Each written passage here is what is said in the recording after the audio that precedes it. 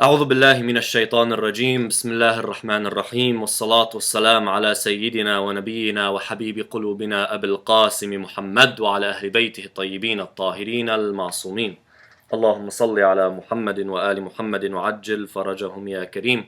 Assalamu alaikum, my dear brothers and sisters, wa rahmatullahi wa barakatuh.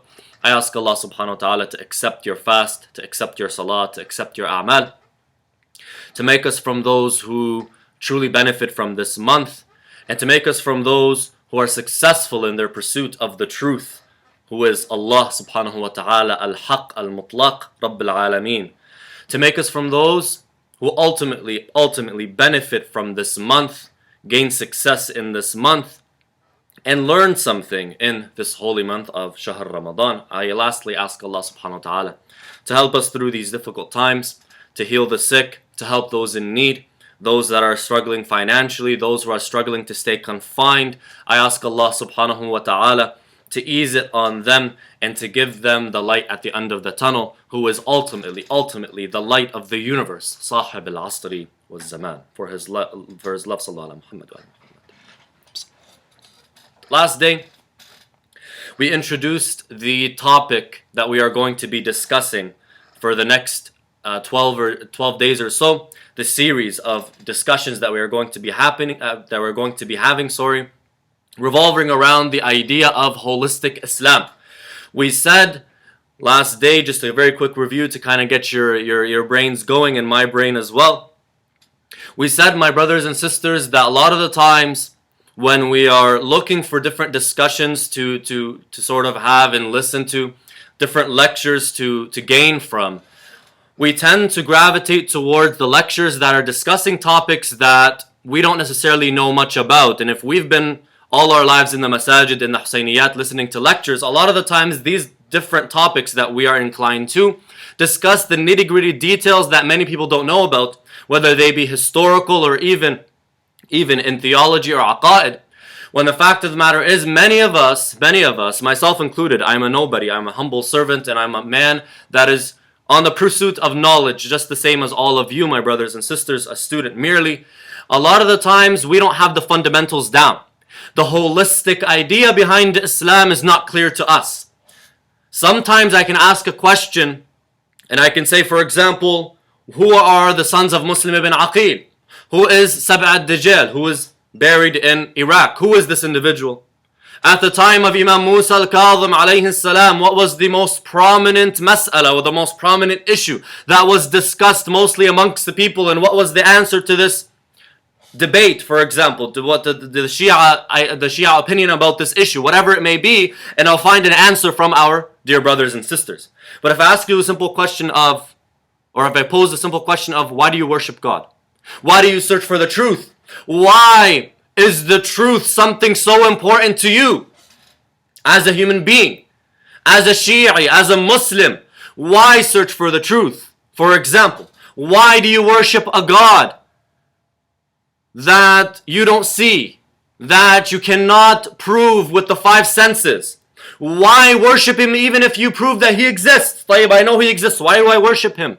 These fundamental questions, my brothers and sisters, we tend to be taken back by. Like, whoa, that's a question that I've never been asked before, nor have I ever asked. When the fact of the matter is, my brothers and sisters, here in the West, you find that these questions are being asked. The fundamental questions are being asked. For example, the omnipotence paradox, that is being put forward and presented to our youth. Question about that Allah or God, this being, is the all-powerful. Can he do something that limits his own power, for example? Yes? These types of questions, the fundamental questions, sometimes we have a problem answering. Reason for that is because many of us don't have a holistic understanding of Islam in the beginning. We don't have the fundamentals down and rooted in the ground. And so these simple questions, they tend to catch us off guard. So we said, in the next 12 days or so, excluding the days of Imam al-Hasan alayhi salam, which are coming up, we are going to be discussing these matters. We are going to start from the very beginning and start from A, move on to B, move on to C. And all of the different topics will be linked to the one before it. But we're not talking about the ABCs that we teach our children. Rather, we're going to delve into the ABCs of the Sharia and of the religion itself, so that later on, when we finish the series, we can get a holistic understanding of the entire religion, or a more holistic understanding of Islam. And so, today, my brothers and sisters, we're going to pose a question. So I want you to listen. And by the way, when we have these discussions, after you finish the discussion, sit with your family. Talk to them. See what they think. Get their opinions. Discussion is very, very, very important in Islam. See what they have to say. Broaden your horizons and discuss the topic amongst yourselves. Jami, I'm going to pose to you a question, and I want you guys all to listen to this question. We as human beings, we find that there's a trend amongst us instinctually. Muslim, non-Muslim, whatever, doesn't matter who we are, just human beings. Instinctually, we gravitate towards learning the truth. We gravitate towards knowing the reality around us. Why? Why search for the truth? Why search for the religion?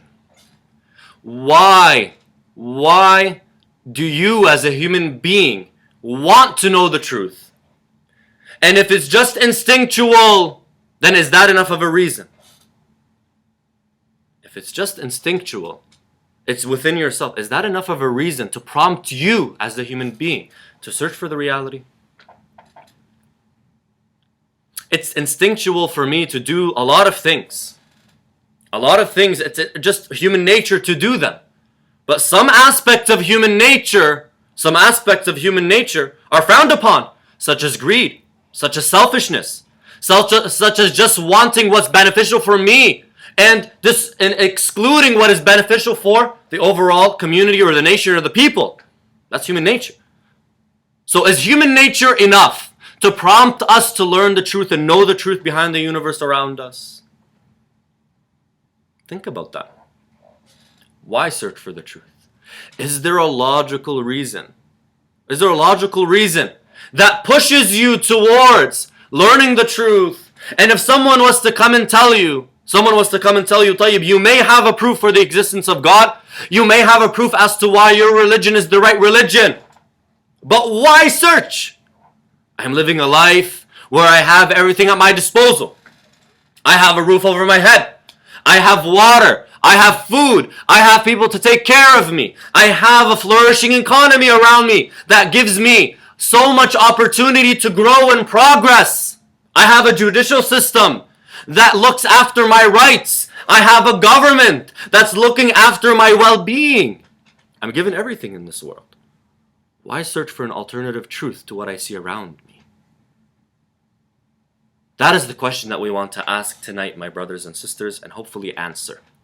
Now, just that, first thought or first sight, the question itself seems argumental in nature. What do I mean by just argumental? Merely argumental. As in, at first sight, if somebody asks you this question or somebody poses to you this question, why search for the truth in the first place? Look at this person and say, come on, dude. Like, what is it that you're trying to get at? We all know that searching for the truth is something that we must be doing. So is this question a right question to ask? Or is it merely coming from a place of just arguing? Coming from a place that does not want to move you forward? Just for someone to stand in your way and ask. Is it merely argumentative, or is there something logical behind it? Is there a premise to the question? Is there a premise to the question? I'll tell you, there's a huge premise to the question.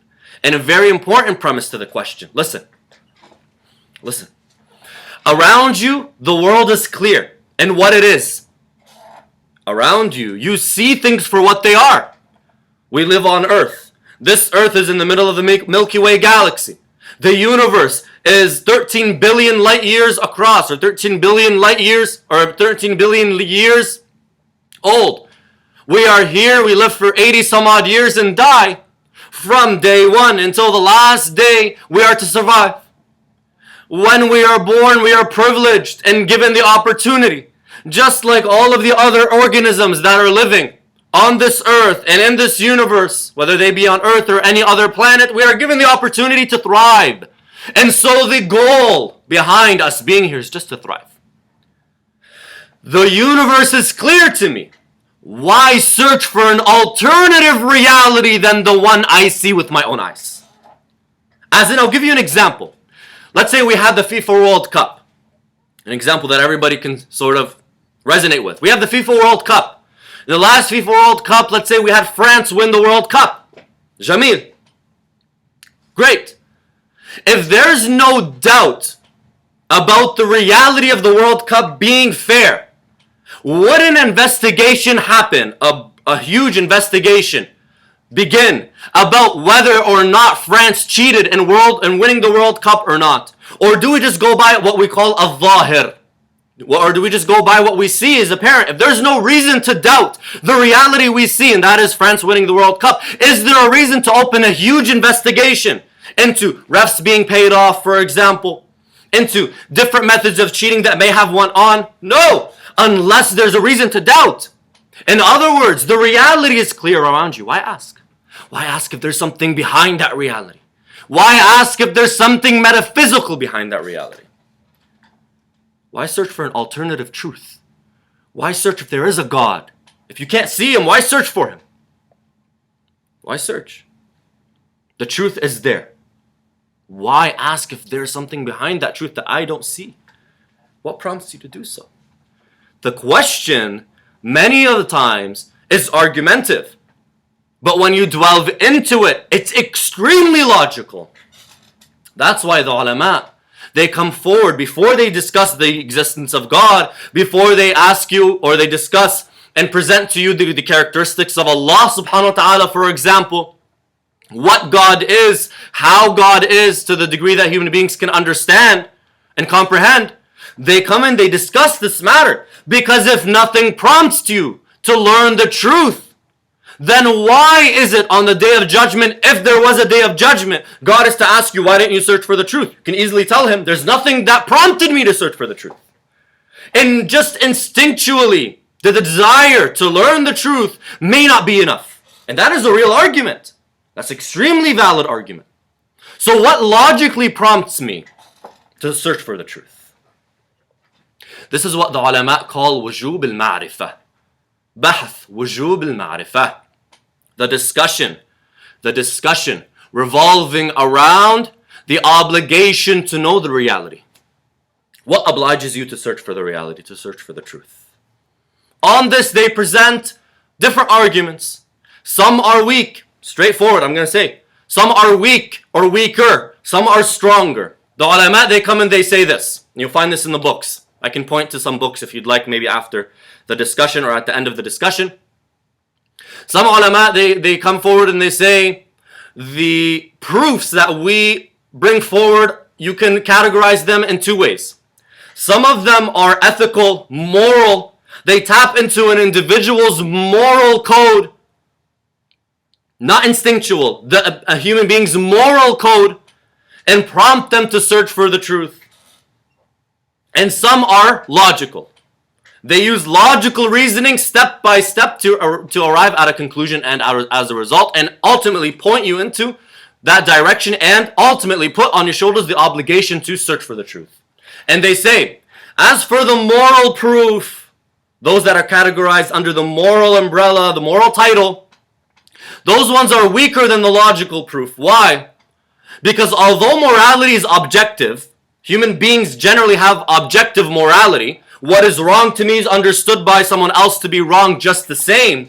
A human being can be blinded by their desires, can be blinded by their way of life, can be blinded by their traditions and customs. And so what is moral to me and you as normal human beings may not be moral to someone else.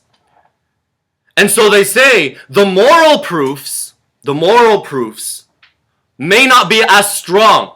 It may not work for everyone. They work for someone who is in tune with their morality.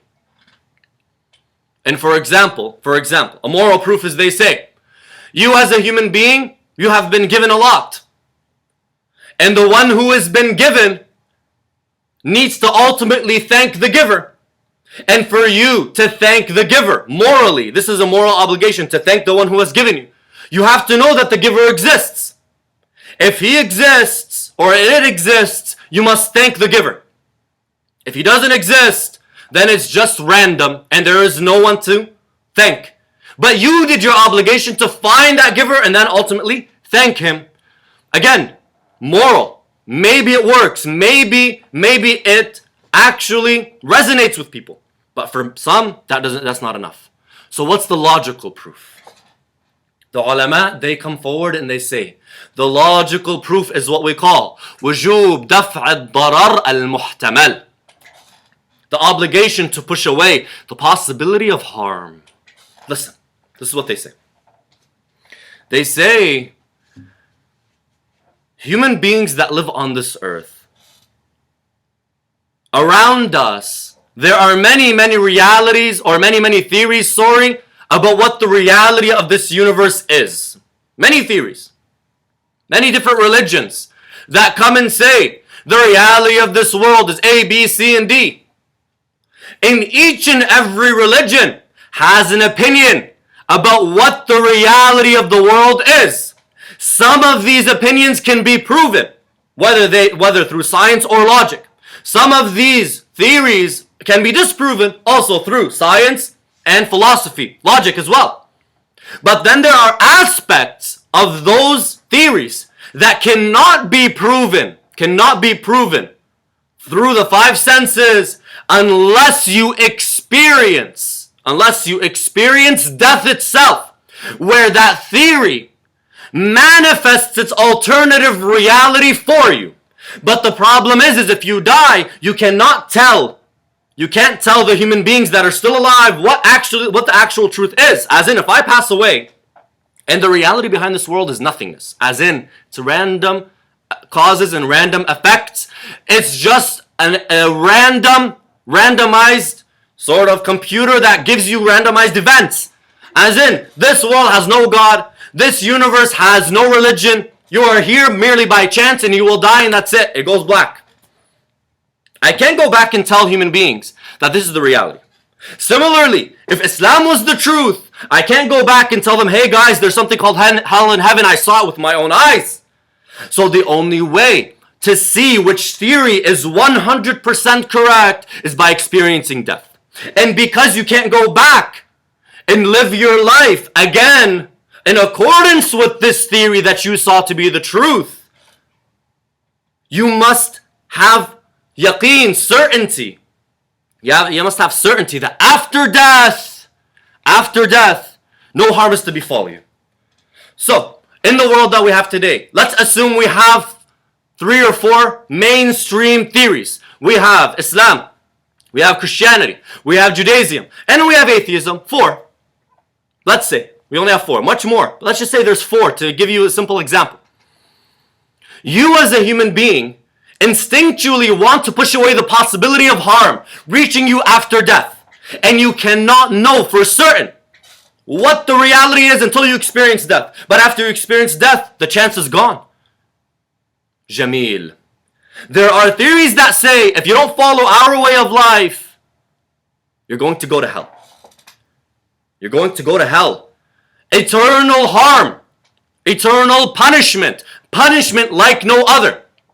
A Muslim comes and says, you don't follow Islam, you're going to go to hell. A Christian comes and says, you don't follow Jesus Christ, you're not going to be saved. A Jew comes and says, if you don't follow the way of Moses and the prophets before Moses, you're going to go to hell. Atheist comes and tells you, hey, listen, you follow this guy, that guy, we're all going to the same place, it doesn't matter. You have these different theories. And each and every one of them, minus atheism, comes and says, if you don't follow my way of life, you're going to get to a place of eternal harm. And instinctually, human beings are prompted to push away harm, even if it's merely a possibility. Let's say behind the door right now, I'll give you an example of what I'm trying to say. Behind the door, I tell you that there's a lion. We're not living in Africa, we're living in Canada. So let's say bear. That's probably more suitable for Canada. Behind the door, there's a bear. There's a bear. Would you open the door? Absolutely not. If I tell you behind that door there's a 50% chance that there's a bear, would you open the door? No.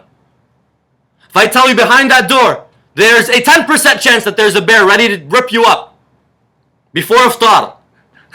Before iftar, so you don't have the opportunity to break your fast. You say, no way, I want to have iftar first. You say, no, I would never go outside.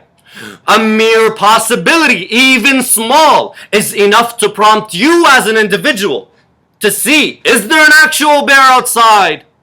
And they say, depending on the degree of harm, the smaller the possibility can become for it to be a logical possibility that will prompt a natural thinking human being to search for the truth. So let's take the example of a bear again. Listen, let's take the example of a bear again. I tell you, outside, there's a bear. What's the possibility of there being a bear that will prompt you as a human being to take caution? You tell me, not 10%. Even lower than 10% will prompt me to stand up and see, is there an actual bear outside? It's like, is it 5%? Maybe even 5% is too much. 2%, 3%. But if I told you outside, for example, there's a mouse. Some of us are probably more scared of mice than bears, but it's fine. There's a mouse. And there is a 10% chance. There's an 80% chance that there's a mouse. Would you stay inside of your house and not go outside? Would you just take a chance that there's a mouse outside, that 80% chance? Is it enough to cause fear in your heart that you're going to be harmed? Probably not. Why? Because the degree of harm is not at a level that will prompt action from you as a sane and logical human being. Jameel. But if it was a bear, a 5% chance that this bear is outside is enough to prompt you to stand up and see, is there a bear outside? Is there danger to my life? Great. So the degree of harm prompts a human being, even if the chance is small, to act. What is more intense? A bear that is ready to take your life, or eternal harm, even if there's a mere possibility of that happening to you? Eternal harm. The ulama say, because the chance of eternal harm is there, even small, even if it's a small chance. That small chance is logical enough to prompt a human being to search for the truth, so that later on they don't fall into that harm. So I take these different religions, I put them on the table, and I see, is Islam the right way? Is Christianity the right way? Is Judaism the right way? Is theism the right way? Is there a God? Or is it just merely atheism? If it comes out to be that atheism is the reality, good. Fine. No problem. After death, I'm nothing. Khalasna, it's done. But if I find that Islam is the reality, for example, or that there is a God, I pushed away that possibility of falling into harm. The best way that I can bring forth the idea and make it clear is, let's say you were in a room. Let's say you were in a room, and that room had 10 doors, and I was playing an awful trick on you. I told you, listen, the only way that you can go back home and have iftar is if you leave from one of these 9 doors that are here. But behind one of them, there's a dead end, and there's a lion behind that door. So there's a 10% chance that there is a lion behind the door that you open. What would you do? Would you just wing it and say, Yallah, I'm hungry? Open any door and go? Or would you do what a logical human being would do? Go to each and every door and knock on the door. Hear if there's a growl. Hear if there's an animal pacing behind the door. You would test and find which door is the one that has danger behind it, and then pick another door. Even if you find that the lion is behind this door, you'll still test the remaining doors to see if all of the other doors are safe, so that the door that you open, you know is safe. In the same way, we search for the truth, so that later on, even if there's a possibility, later on we know we're not falling into eternal harm. And because we believe that there is one truth behind the universe, there is an ultimate truth behind the universe. We don't have conflicting and contradicting truths to the universe. In our case, it wouldn't be that there's one lion behind 10 doors. There is 9 lions behind the 10 doors, and there's only one real truth to the universe. One way out. That one way out could be Islam. That one way out can be Christianity. That one way out could be atheism. But there's one truth.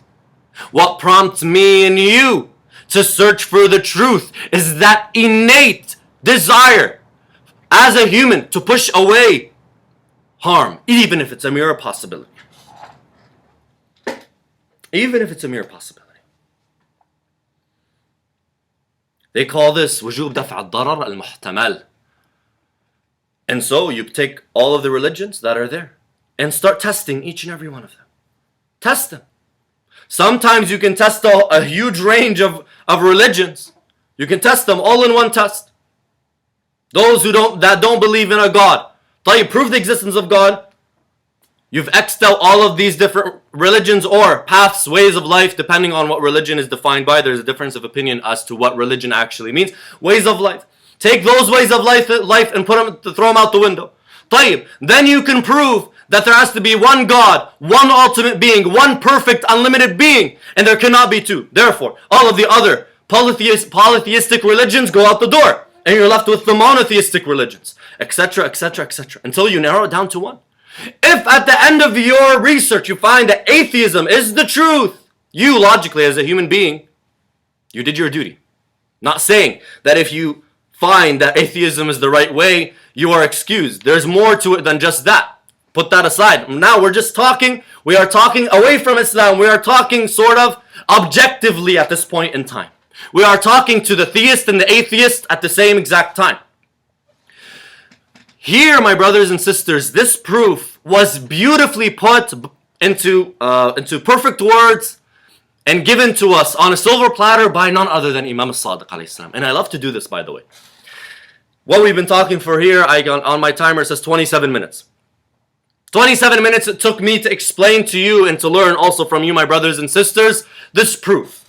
But you find Imam al-Sadiq alayhi salam in a few lines presents it perfectly. This is the beauty of Ahlul Bayt. This alone is enough to prompt any thinker in Harvard, Yale, wherever they may be, to research and ask, who are these human beings? Who are they? What are they?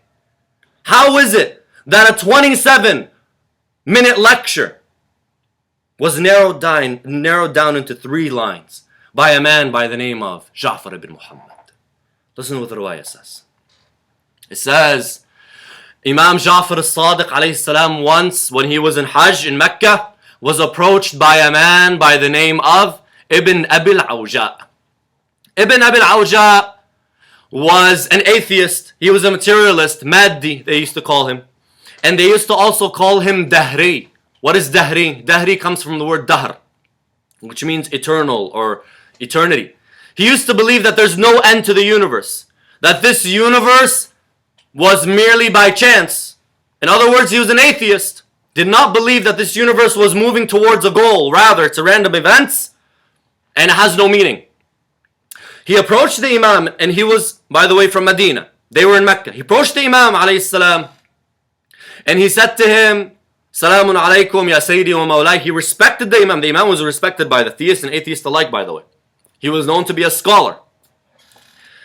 So the Imam alayhi salam looked at him and he said, Ma ja'a bika ila hadha al-mawda'. What brought you here? I've been to your atheist, Khayya. Listen, let's be real. The Imam alayhi salam is very straightforward. The Imams are so super straightforward. And that's what I personally love about them. Super straightforward. He says, Salamun alaykum, tayyib alaykum as-salam. Or, hello, how are you? Tayyib. Khayya, why are you here? You're from Medina. You don't believe that this Kaaba has any meaning. You don't believe that Rasulullah had any meaning. What brings you here? Why are you here? What's up? Talk to me. So the Imam alayhi salam is straightforward.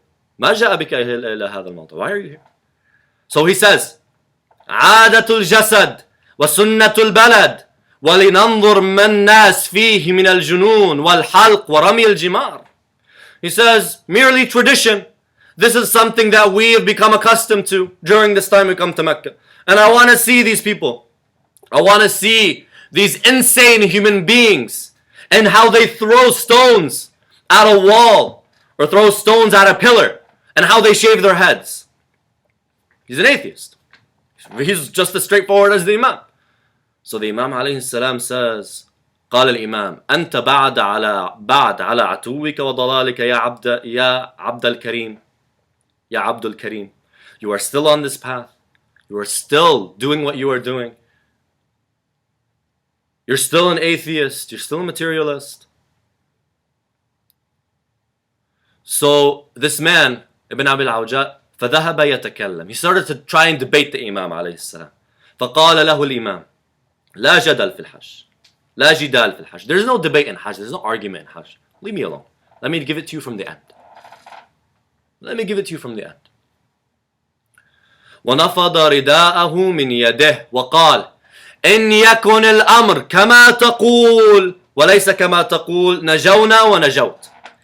If it is as you say, if the reality is as you say, then simply put, me and you arrive at the same conclusion. It's going to go black for me, it's going to go black for you.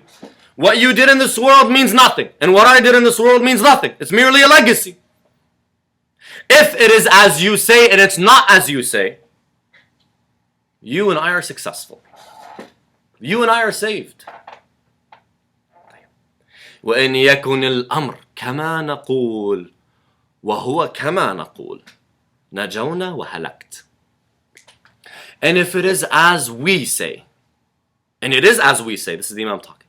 If it is as we say, and it is as we say, نجونا وهلكت. We are saved. We are saved. And you are in eternal chastisement. Simply put. You want to know the truth? You want to keep debating me? Your debate is just argument. You just want to debate. That's what you want to do. That's why you came here. You don't even believe in any of this stuff. Why did you leave your family? Why are you coming here for? Just a debate? Very simply put, I'm not going to debate with you. I don't have anything more to say to you. If you are on the truth, then me and you are going to the same place. Why are you debating me? What do you want with me? If we are on the truth, we are saved and you are in eternal chastisement. SubhanAllah, how the Imam ﷺ took everything that we spoke about, narrowed it down to a few lines. Narrowed it down to a few lines. And it said, after this, he left and he died a materialist. He died just an atheist. Point is, the Imam ﷺ takes this entire discussion and narrows it down to the simplest of terms. Very straightforward.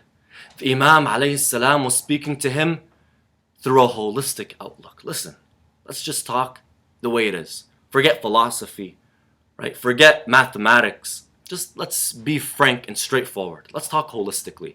If you're on the truth, good. We're good too. If you're not on the truth, God help you. But we're good. In both situations, we're good. And that's exactly what we say. In all situations, we, my brothers and sisters, are good. And I ask Allah subhanahu wa ta'ala to give you all the goodness, to present you, my brothers and sisters, with the utmost blessings in this month, to help us in learning the holistic Islam from Ahlul Bayt alayhim salamullah, to help us move forward. وآخر دعوانا أن الحمد لله رب العالمين وصلى الله على سيدنا محمد وآله الطيبين الطاهرين اللهم صل على محمد. As for some books that you can read on this matter, there is a very good book by the name of Bidayat al-Ma'rifah. It's a very, very good book. I believe it's by Al-Misbah al-Yazdi. Another book to read, whether it discusses this matter or other very important aqa'id topics, is Aqa'id al-Imamiyyah, which is also a very, very good book. Very small. If your Arabic is a little bit better, then Bab al-Hadi Ashar is a very good book as well. And there are many books that are out there. Read them, my brothers and sisters. Think about what we discussed and discuss between yourselves. If there are any questions, I'm at your service and the service of all of the Shia, inshaAllah ta'ala. Assalamu alaikum wa rahmatullahi wa barakatuh.